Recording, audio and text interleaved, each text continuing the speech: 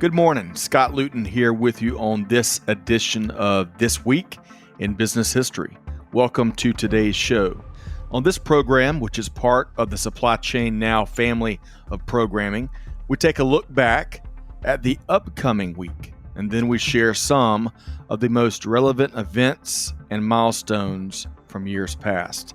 Of course, mostly business focused, with a little dab of global supply chain, and occasionally we might just throw in a good story outside of our primary realm.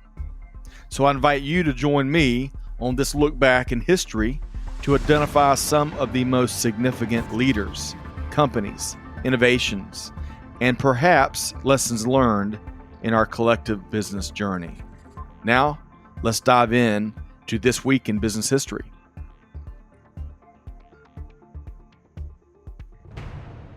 Hello, and thanks for joining us. I'm your host, Scott Luton, and today on this edition of This Week in Business History, we're focused on the week of December 28th. Hey, thanks so much for listening to the show. Today we're going to be diving into the story of the man who revolutionized an industry. And be it books, television shows, or movies, you probably are more familiar with his work than you think you are. We're going to be sharing the journey of Stan Lee, the titan of comic books, a massive driving force of both Marvel Comics and the industry in and of itself.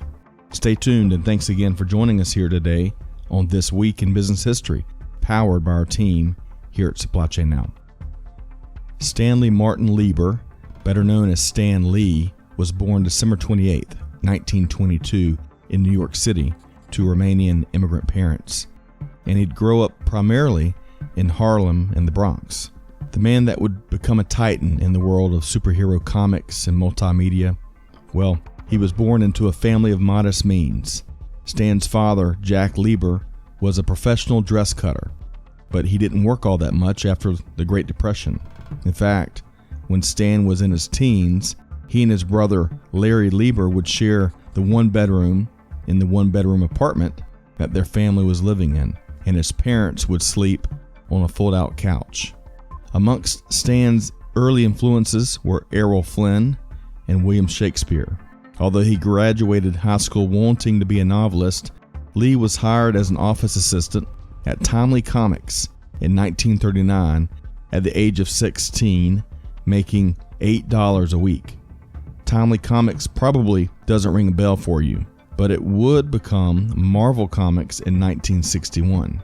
Stan would primarily complete odd jobs in his new role, fill the inkwells for the artists, grab the team's lunch, top off coffees, maybe some proofreading, etc.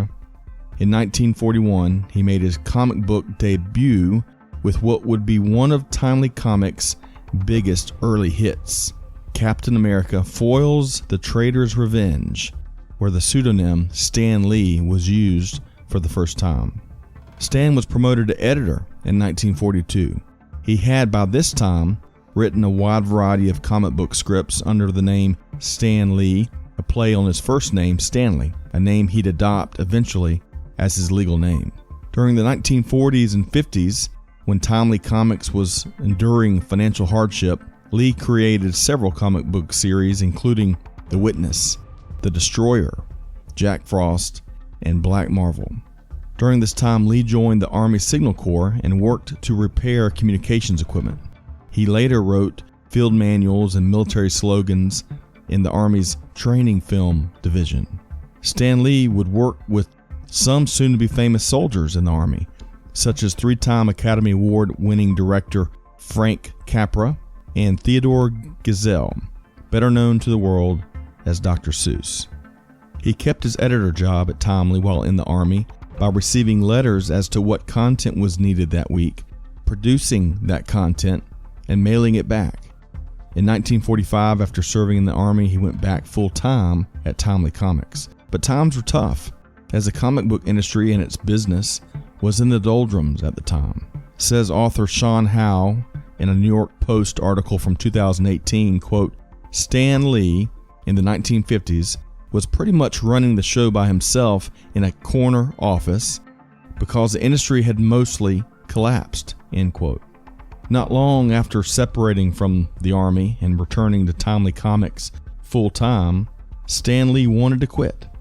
He had become significantly discouraged by being directed to imitate other publishers with crime, western, and horror stories. Stan Lee didn't want to be like all the rest. He wanted to stand out and be himself, letting his pioneering talent shine.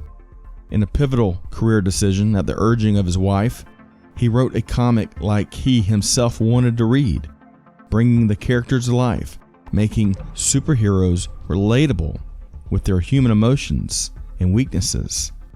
Having a personal involvement with the characters was groundbreaking for comics at the time. In 1961, Lee and artist Jack Kirby created the Fantastic Four, about 4 astronauts who would gain superpowers after a cosmic incident. With this, everything changed. The Fantastic Four was born out of a bit of benchmarking the competition. In the late 50s and early 60s, National Periodical Publications, which was the precursor to DC Comics, was doing well with the Justice League, where teams of superheroes actively worked together to defeat villains. So that's what helped Lee and Kirby develop the Fantastic Four, a quartet of superheroes that worked well together, but also had their own strengths and weaknesses. Hey, don't we all? They even began receiving fan mail for this, really a first time. The Fantastic Four made both Lee and the company, which now was the newly renamed Marvel Comics, a phenomenal success in the comics world. Needless to say, Stan Lee did not quit, but rather he listened to his wife's game-changing advice and took his writing in a whole new direction, greatly impacting and changing the comic book industry as he did so.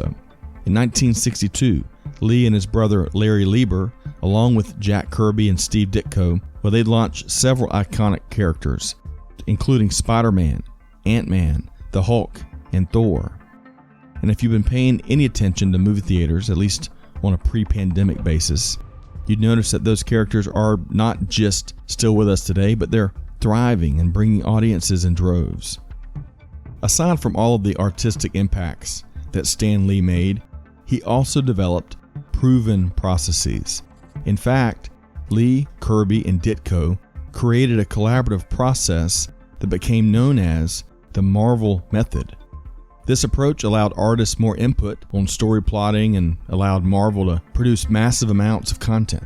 In a nutshell, Stan Lee would give basic story outlines to company artists, who would then be expected to come back to him with fully drawn comic book pages.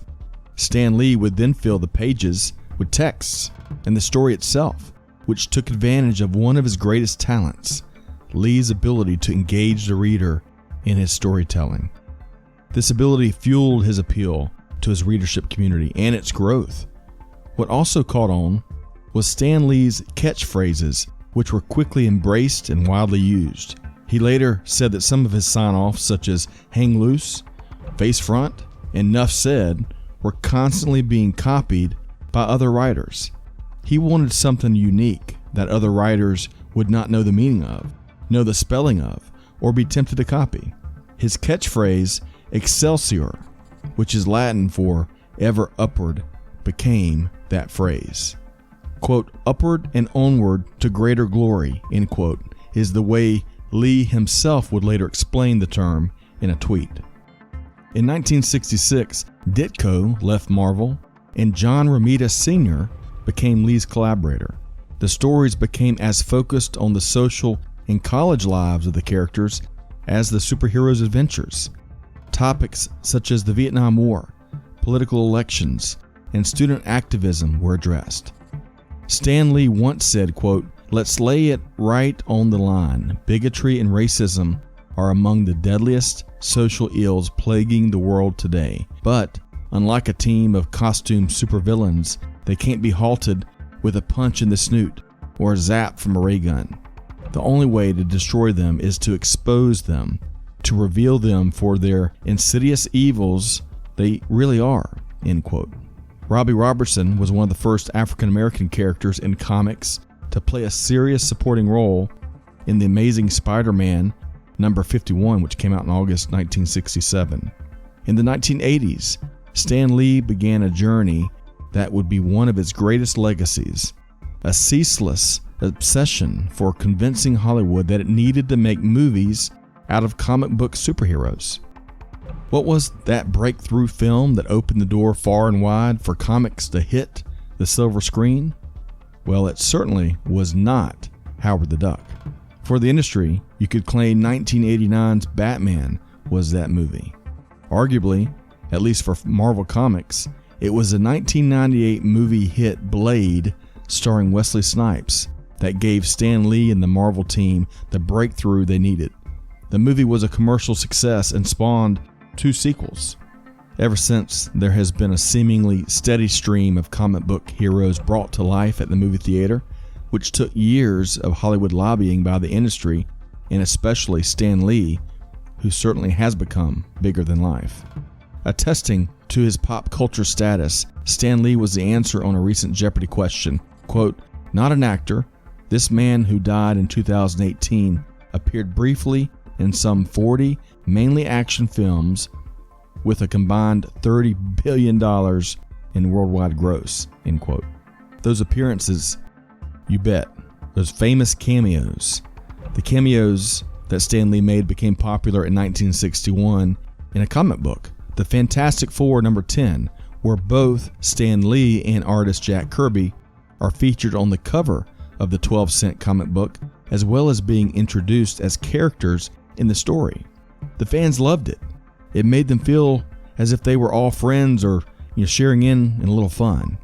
The cameos then continued through TV, video games, and films, with Avengers Endgame marking Stan Lee's last cameo appearance. Roy Thomas, Lee's successor at Marvel, stated that Lee got a kick out of doing cameos more than anything else.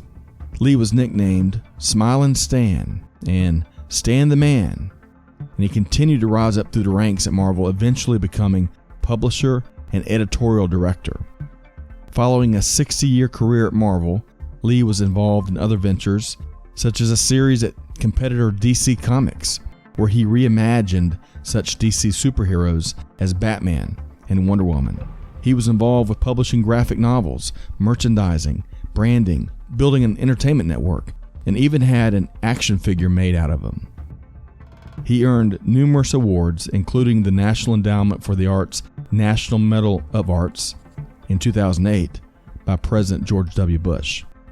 Stan's passion project, the Stan Lee Foundation, focuses on education and literacy and arts programs promoting life skills that inspire the superhero mindset. Stan believed in using the comic book not just for kids, but to promote literacy, increase vocabulary, and discuss issues of the day. He said that any child who grows up illiterate, unable to read and write, or even semi-literate, can be considered handicapped, and that every young person needs every possible advantage to even the competitive playing field. A superhero for so much good, and certainly for the comic book industry, Stan Lee died on November 12th, 2018, 6 weeks before his 96th birthday in Los Angeles, California. Hey, we're going to wrap on this wonderful quote from Stan Lee, who seemingly lived it. Quote, "Another definition of a hero is someone who is concerned about other people's well-being and will go out of his or her way to help them, even if there is no chance of a reward. That person who helps others simply because it should or must be done, and because it is the right thing to do, is indeed, without a doubt, a real superhero." End quote. Indeed. Rest in peace, one Stanley Martin Lieber, forever known around the world as the one and only Stan Lee. Here in our home, you'll find one of his biggest fans in my son, Ben. Boom boom, this one's for you. Excelsior. Well, that just about wraps up this edition of This Week in Business History. Those were some of the stories that stood out to us, but what do you think? Find us on LinkedIn, Twitter, Facebook, or Instagram, and share your comments there. We're here to listen. And a big special thanks to Deb Cooey, who has provided excellent research for the series. On that note, thanks to you, our listener, for tuning into the show each week. We wish you the happiest of holiday seasons, Merry Christmas, and certainly Happy New Year. We're all glad, I'm sure, that 2021 is finally upon us. Be sure to check out a wide variety of industry thought leadership at supplychainnow.com. Friendly reminder You can find This Week in Business History wherever you get your podcast from. And be sure to tell us what you think. We'd love to earn your review. On behalf of the entire team here at This Week in Business History and certainly Supply Chain Now, this is Scott Luton wishing all of our listeners nothing but the best. Hey, do good, give forward, be the change that's needed. And on that note, we'll see you next time here on This Week in Business History. Thanks, everybody.